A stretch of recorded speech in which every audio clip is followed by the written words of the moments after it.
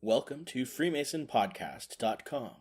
The current series features selected articles from Mackey's Encyclopedia of Freemasonry.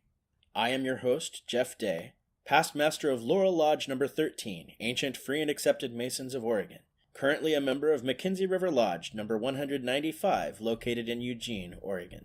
Today's subject, O-N, own. This is a significant word in Royal Arch Masonry, and has been generally explained as being the name by which Jehovah was worshipped among the Egyptians. As this has been denied, and the word asserted to be only the name of a city in Egypt, it is proper that some inquiry should be made into the authorities on the subject.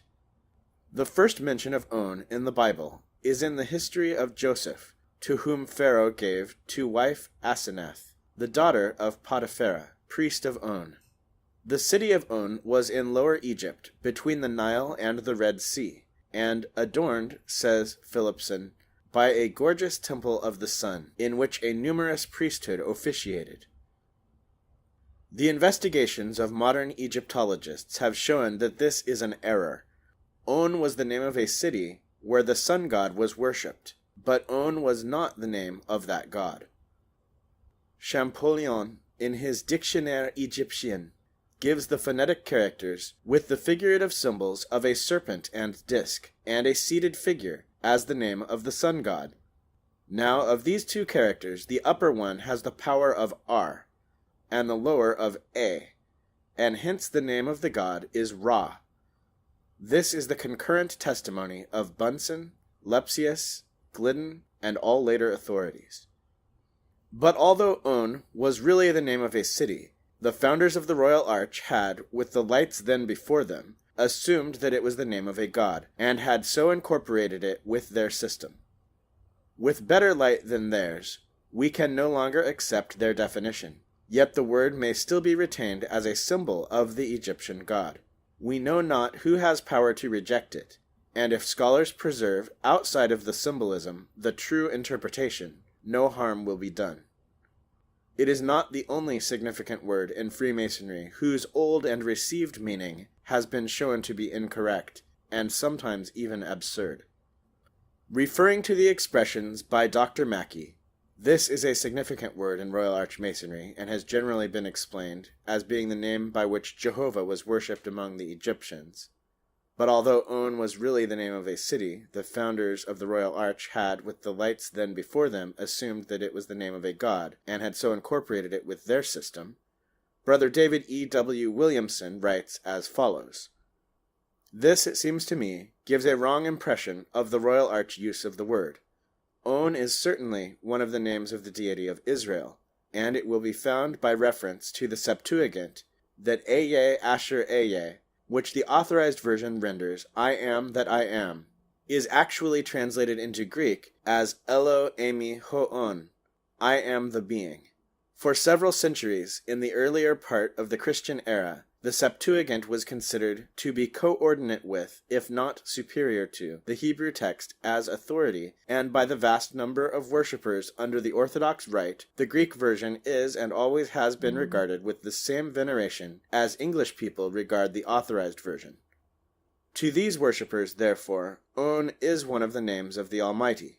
The effect of the word Asher, if I may make the suggestion, merely intensifies the meaning of the being, or that, as nearly as we can translate the sense into English, the original biblical expression would be, I am, there, you see, I am. If you have Westcott and Hort handy, and will refer to Revelations chapter 1, verse 4, you will see that the phrase which the authorized version renders, Grace be unto you, and peace from him which is, and which was, and which is to come, is literally, from the being, and the was, and the coming. Apo ho u kai u nu kai ho erkomuos. From the On.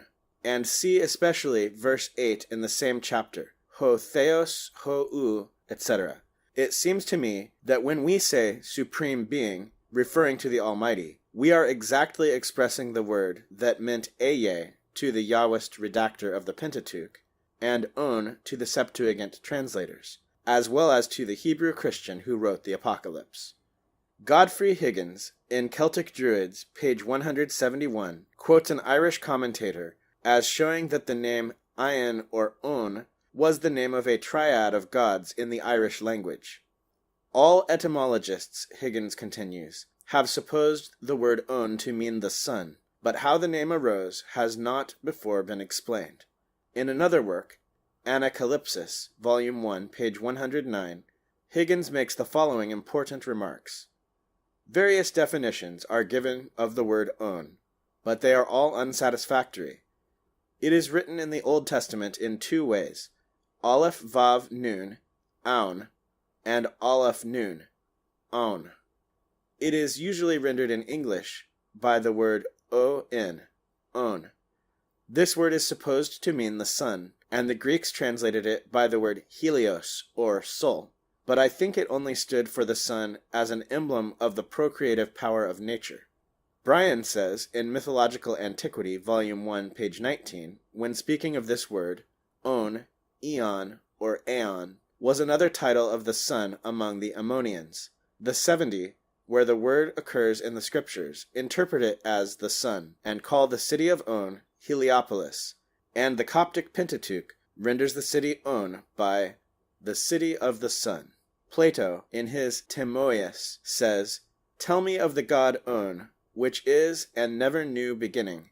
And although Plato may have been here thinking of the Greek word omega nu, on, which means being, it is not improbable that he may have referred to the god worshipped at On, or Heliopolis, as it was thence that the Greeks derived so much of their learning. It would be vain to attempt to make an analogy between the Hindu sacred word Om and the Egyptian On. The fact that the M in the former word is the initial of some secret word renders the conversion of it into N impossible, because it would thereby lose its signification.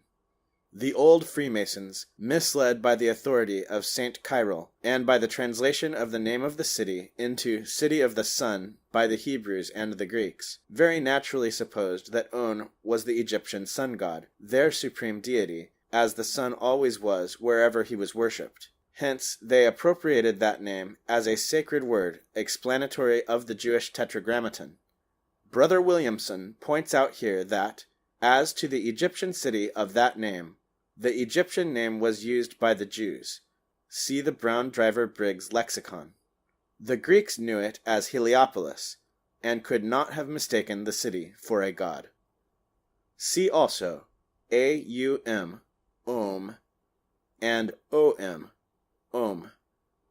If you wish to support this podcast, please share it with others and subscribe by visiting freemasonpodcast.com.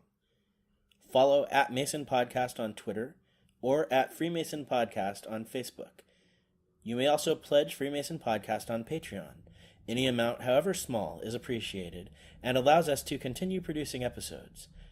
Until next time, brethren, keep spreading the cement of brotherly love, relief, and truth.